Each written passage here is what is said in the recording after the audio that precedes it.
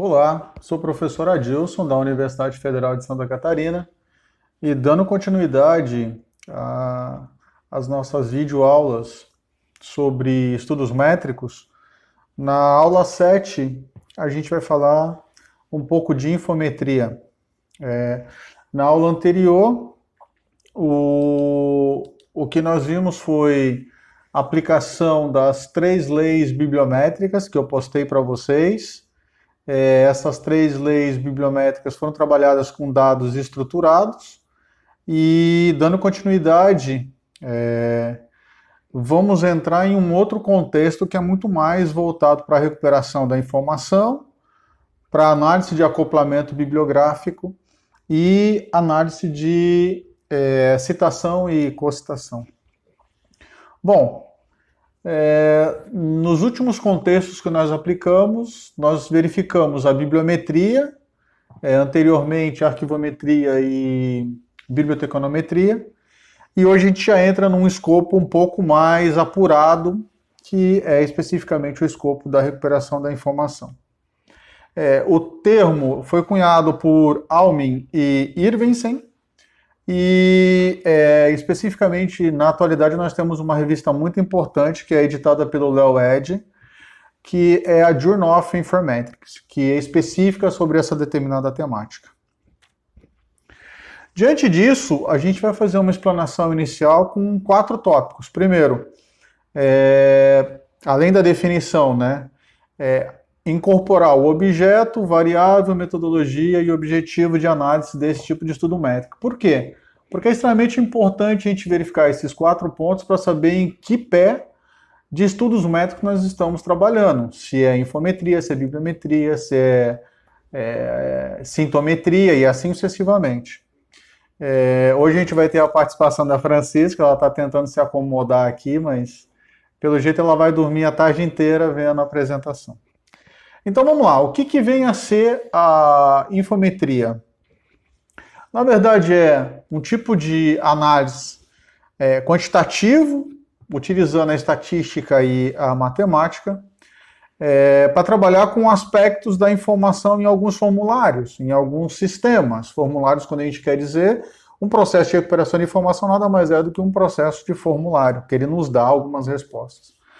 Não apenas atribuído à informação bibliográfica, mas em qualquer âmbito, inclusive em grupos sociais, e não apenas em contexto científico. Incorpora, utiliza e estende muitos estudos da medida da informação, que se encontra especificamente dentro da bibliometria e dentro da sensometria, e o objeto de estudo específico dela palavras, documentos, bases de dados, comunicações informais, por exemplo, e-mails, conteúdos da web. Quando surge a infometria, a gente ainda não tinha webometria. Então, especificamente, boa parte do contexto que nós trabalhávamos de informação na web também era incorporado para infometria. E assim foi por muito tempo. Como, por exemplo, uma das propostas que esses dois pesquisadores colocaram foi trabalhar com homepages de www. Então, um tipo de análise que é muito utilizado para infometria é a lei de Zipf. Por quê? Porque ela trabalha especificamente com o contexto de palavras, recuperação de terminologias e assim sucessivamente. Dentro disso, eu preciso de variáveis para poder dizer, olha, esse tipo de variável é muito mais atribuído para a infometria. Que no nosso caso, são medida de recuperação da informação, quando a gente está trabalhando com motores de busca, sistemas avançados, nós fazemos a mensuração de quantos documentos é recuperado. E uma coisa importante, que a gente já começa a notar, dentro dos motores de buscas atuais, como por exemplo o Google ou DuckDuckGo, é que eles têm um processo lá dentro, não só de recuperação da informação, mas também um grau de relevância e um grau de revocação de informação que está sendo recuperado. Isso é importante porque isso aqui é uma base primordial da ciência da informação, principalmente com quem trabalha com representação e organização do conhecimento, especificamente a indexação. Dentro desse contexto, nós temos alguns métodos que a gente pode trabalhar. Então, ele trabalha com o método vetor e espaço, principalmente para poder condensar o que é relevante e o que é revocação dentro do nosso contexto. Também isso ajuda especificamente para uma análise de palavras por inferências e relações de concorrência que essas palavras têm. Também é aplicado aqui dentro o modelo booleano de recuperação, o antigo AND or not, que na tradução português é e ou não, também é muito bem utilizado para esse contexto.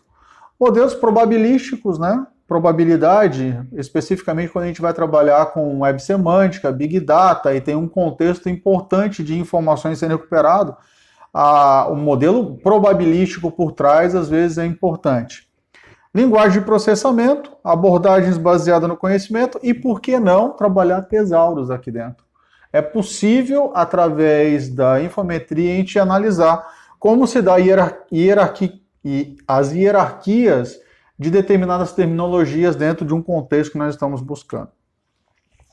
E aqui nós temos alguns exemplos, né, que poderiam ser aplicáveis para a infometria. Primeiro, desenvolvimento de índices, por que não? Especialmente para quem vai trabalhar com indexação e catalogação, classificação, poderia ser utilizado.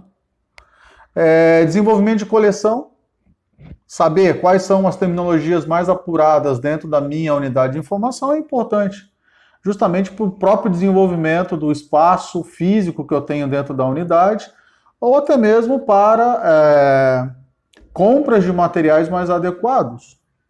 Construção e manutenção de sistemas de organização de conhecimento, coisa que tem se falado bastante ultimamente. Projeto de sistema de recuperação da informação, por exemplo, motores de busca. Eu não sei se todos têm ciência, mas alguns grupos no Brasil, especialmente o grupo Leiden, lá da Universidade Federal de Minas Gerais, eles desenvolveram um motor de busca que era muito mais amplo do que o Google acadêmico e o Google normal, e eles fizeram uma fusão com a Google e acabaram vendendo esse motor de busca porque os padrões de recuperação e os padrões de revocação e relevância deles eram muito melhores do que o do Google. Domínio de estudo, sociologia da ciência é possível trabalhar aqui dentro, especialmente porque a gente vai trabalhar com camadas e áreas e sub-áreas, e por que não, pode ser incorporado para avaliação da pesquisa. Dentro do que eu tinha começado na apresentação a explicar, temos, por um lado, um sistema de acoplamento bibliográfico e também um sistema de citação que podem ser aplicados aqui dentro. Acoplamento bibliográfico, para quem não entende, foi desenvolvido em 63 por Kessler, como o modelo que a gente analisa hoje, e ele faz referência a vários documentos que são continuamente citados em conjunto. Por exemplo, se a gente vai trabalhar com a ciência da informação, provavelmente alguns textos vão ser replicados sempre que a gente vai trabalhar com a fundamentação dessa ciência da informação. E quais seriam esses textos? Eu posso citar alguns, por exemplo, como Capurro, Borco, Saracevic.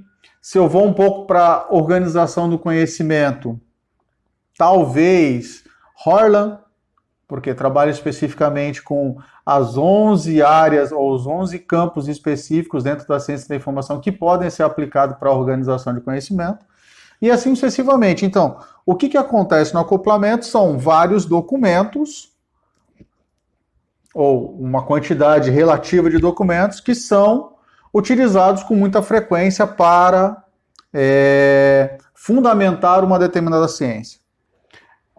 E, claro, ele é diferente da análise de citação, que a análise de citação é simplesmente como é referenciado um documento ou vários documentos. Não necessariamente se eles estão em conjunto, se eles tratam do mesmo assunto. É basicamente o que aparece de citação dentro de um conteúdo, dentro de um documento, dentro de um artigo. E por último, para finalizar, a gente tem a menção das citações, que quantas citações durante um período dado de tempo são citadas, isso também é importante para trabalhar. Fórmula de impacto, artigos citados do jornal citante, pelo número de publicações de determinada publicação. Índice de imediatez, que é citação de números recebidos pelo artigo durante o número total de anos de artigos citados por publicação. E mais à frente, em umas 4 aulas para frente, a gente vai ver todas essas fórmulas na aplicação, na prática, ok? Por hoje é só. Se puderem, fiquem em casa, ok? Próxima aula nossa é de sintometria. Obrigado.